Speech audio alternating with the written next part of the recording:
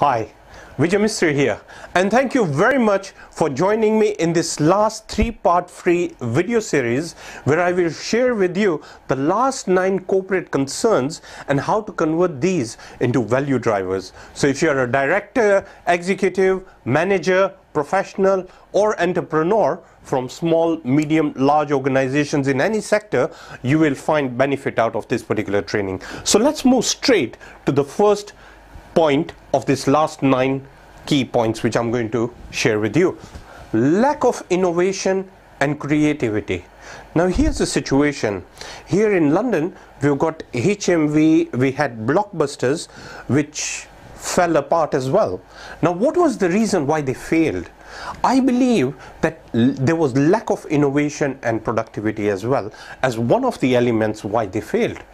And what I believe is innovation and creativity in very many organizations is not fully thought through. There are competitors coming in. There are new cottage industries being formed all over the world. Wherever you go, there are these challenges. There are these new companies which are being forming. Customer and market behavior is changing as well. As you know, we've got the Apple iPhones and we've got the Samsung smartphones as well. There is a competition going on, but they are always seeking ways to innovate, to build up capability, to be more creative. So that is what they are doing, trying to make sure that they have a better marketplace. And this is what the point is for you. What is it that you do? How much of your productive time can you use into innovation and creativity? How do you engage your team? What are the structures? How often do you engage your team when it comes to innovative and creativeness? You must make sure all this is part of your whole corporate mix. You must make sure that there is a frequency where you need to revisit whatever products, whatever services that you offer to your clients and customers. So you need to make sure that you have some level of innovation at all standpoints. You must have innovation and creativity in your discussions. Involve management. Get management engaged in this process as well. And this should be part of their job description so that they can contribute to the success of your organization. Which brings me to the next point, which is weak leadership. Now, why do I say weak leadership? Because I've noticed one thing, that leaders are very much engrossed in operational issues. Leaders go into micromanaging as well. Now, that is not bringing out the true thought leadership skills. How can a leader become a thought leader? The one word which I want to use here is having accountability. You must be having full responsibility and accountability. When can you have accountability? You can only have accountability when you have recognized all sectors are taken into consideration. Look, a leader leads, managers manage. So you have to make sure that as a leader you make things happen. You look at the forward looking, what is going to happen in the future by way of policies, in my opinion, and ask management to take up those policies, or rather whatever's been outlined in those policies, and execute according to what is stipulated in the policies, but with the support of management. You can't do it in isolation. You have to bring the management team together and tell them that I would like this future to be created this way with the resource mix which we have. Is this possible? How can we do this? Can we improve on what we are doing? Asking those probing questions and being inspirational as well with a compelling purpose in your organization so that everybody knows the message, everybody is driven by that particular purpose, and the excitement of having a compelling future is what will drive your organization. So see how you can improve your leadership skills, knowing the unknown, looking into how you can create the unknown and craft language which everybody understands is what you need to really look into. Let's move to the next point, which is information disconnect. it starts at the top again. Whatever you're doing, what sort of information is driving your organization? There is a huge information disconnect. And why do I say this information disconnect? Let me give you an example. JP Morgan, in the year 2012, they had this synthetic risk instruments, and they lost $6 billion. And the reason was that the risk committee was not informed on time of what is happening. While the board has to be fully accountable for what is happening. Yet they are mentioning that we are going to investigate and cure that problem. That is not the situation. The thing is, you need to look at the holistic issues. Look, they're only about, when I was talking about policies, they're only about 20 or 30 or tops maybe 40 policies which you need to consider. In 1 year, going through certain key policies will give you the assurances, will give you the parameters as far as risk is concerned, and will give you the frequency and timeliness of the correct information. Use the 80-20 principle, as I always put it. Condense your information in a sort of a blueprint and see that the key core information is presented. This is the importance, and this is what boards miss out. Look, if you are a non-executive director, how much time do you spend in 1 year in a particular company? Maybe a fraction of your time. But your value, as far as that organization is concerned, is expected to be 50-fold or 100-fold or whatever it is for your organization. How can you add that value? What is it that you're doing to contribute to bring out that value? You need to make sure that the information that you get is that 20% of the whole organization's core. And that can only come out if you have correct intellectually constructed language in place. So I hope that helps you. Let's move forward. Disengage team. What do I mean by disengage team? Again, I've mentioned this in one of the earlier challenges as well. But again, there is disengagement even amongst board of directors as well. That social construct is not there. That intellectual social construct is not there. That respect and recognition is missing out as well. And what does this really end up in? The focus is not driving the organization. The focus then goes into individuals. That he is good, she is good, he's bad, he doesn't know what he's talking about, she's absolutely got no idea. That sort of the whole distraction comes into place. Research shows that we have 60,000 thoughts in a single day. Where are your thoughts directed? What are your concentration points, and what are those coordinates within this 60,000 thoughts that you can help grow your organization or whatever you are doing? How can you build competence? How can you drive that thought process to build leadership skills? This is what thought leadership is all about. If there is an engaged team at the top, what's going to happen to the rest of the pyramid? Everything's going to be more engaged. This is why I refer to the 5E framework, which I spoke to you earlier about. And one of the key E's is engagement. So figure out how you can tighten that social network. Come out with that network which is going to really drive value, where people will say, hey, I never thought from that particular standpoint. That is an important point. Let's bring it up. That sort of a discussion. So respect and pick up on that engagement level. Ignite that engagement. Let's move forward. Unplanned meetings. I have seen board members being dragged into meetings, and in fact managers being dragged into meetings while they have some important matters and issues of concern to handle. And these, I can understand if it is an extraordinary, or if there is something which has happened which is really sensitive to call for a meeting. But there are certain times when unplanned meetings are called in, which is an absolutely drain and a waste of time.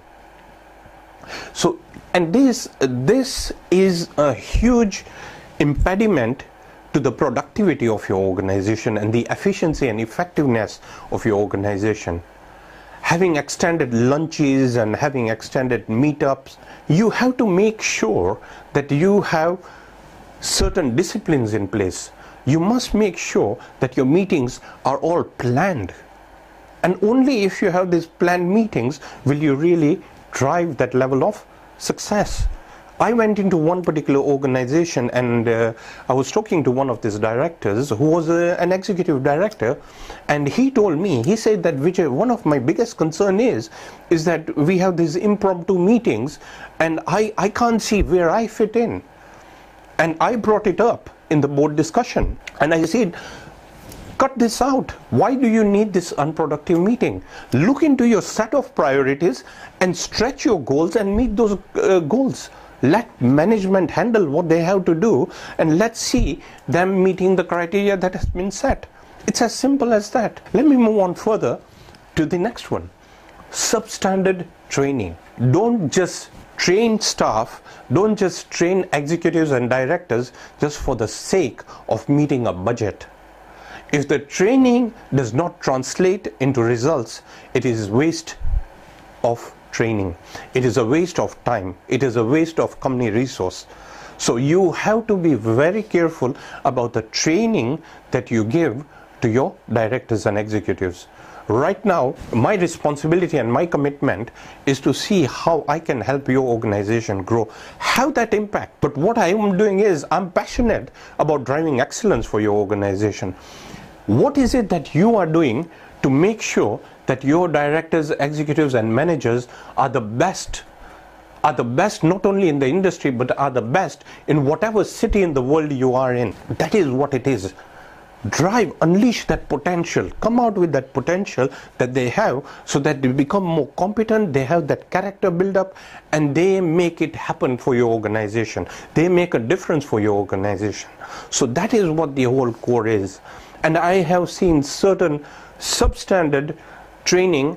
It doesn't matter whether there is international affiliation or it doesn't matter whether it comes from one of the top 4 accounting firms. You have to see what training is going to drive value. The only way you can find out is to see what they have demonstrated. Right now I'm demonstrating by way of video, and I hope this training is helping you so that we can have a further relation in perhaps coaching, consulting, my programs. Come out with this sort of demonstration. The world is moving to a different dimension. So look out for the training which is going to impact and take your organization in the right direction. Let me move forward. Customer disconnect. I'll give you a very good example, and this is an experience which I've had. I have this broadband provider called TalkTalk here in the United Kingdom, and I upgraded to fiber broadband, and I've been with TalkTalk for about 6 years. I've not had a problem, but since I've got this fiber broadband, I am not getting the speeds which they had promised that I would be getting. Day one I call and they say that just give it another 2 weeks because of the volatility or some technical stuff. Everything will be fine. After 2 weeks still I didn't get the speed, so I called up and I said, hey look, something's wrong. I'm losing out business. I need to really upload videos. I need to do a lot of things, and this is really causing a lot of disruption. And they've got this system where they say, all right, fine, we will look into your matter. It's been escalated to XYZ, this, that and the other. A month goes by, my situation is not resolved. I write a letter to the customer service director, Nigel Pearson, somebody by the name of Nigel Pearson, and I write to him saying that please look into this matter. After a few days I get a response from somebody else, a subordinate, and she writes back saying that yes, your matter is under consideration, don't worry, this, that and the other. That's it. That's absolutely it. And to make matters worse, I get a phone call from one of them from the Talk department saying that, oh, you got this problem. Hey, by the way, why don't you buy our UView box? Take our UView box and your speeds will increase. That was the turning point for me. Nigel Pearson, as far as I'm concerned, poor leadership skills, weak leadership skills. Having those triggers, who's paying your bills? It's your customer. Who's paying for your salaries? Who's paying for the upkeep of your organization? Who's one of the bosses of your organization? It is your customers. You have to make sure you have a proper customer-client relation and that after sales is proper. Please make sure that you have this customer connect in your organization. Is there anything you can do to maximize value for your customers? Is there anything you can do to exceed their expectation? This is where the world is moving. What can you do so that you are ahead? You are in that advancement mode. Look at it from that point and see how you can help organizations. It doesn't matter. You could be a director as well. Customer disconnect is important. What is that customer service? What is that level of assurance and comfort that you're giving to your customers? Loyalty is dying down. Reliability is changing as well. So what is it that you can do to drive customer value and that connection, having that customer connection at all times? So see how you can help. I mentioned this particular point is the most important point in your organization. Misaligned values and purpose. When you bring in somebody, when you employ somebody in your organization, rarely do they ask, what are your core values? Let me give you this example. My core value may be security. Yours may be an aggressive investor, while I am a conservative investor. What's going to happen to the resource mix? You need to figure out what are your organizational core values. Make everybody aware of what those values are. That is called value alignment, organizational value alignment. It is good to have those disparities. I might be aggressive or you might be conservative or vice versa. But at the end of the day, when it comes to those risk parameters, what is that driver of that organizational excellence? And that will add to the constructive discussions in the organization. But the awareness of values has been given a backstage. It hasn't been discussed to that level that it deserves. It should be a forerunner in your organization. And I mentioned purpose. How aligned is your organization with your organizational purpose? I mentioned earlier that I'm not a fan of long mission statements which don't make sense. Just have a clear, compelling statement which everybody can understand. Just a message why the organization really exists. Your employees, which are the best assets in the world for you, they need to know exactly why your organization exists, and they need to drive excellence in whichever department they are in. The only way they can do this is by value alignment. They need to understand the value alignment. They need to know what is going to drive the whole organization. This is the missing link. It doesn't matter, again, what size or sector of the organization you have, but this is key to the success of your organization. One of the values that I would emphasize you to look into and embed amongst everybody, especially the directors, executives and managers in your organization, is clarity.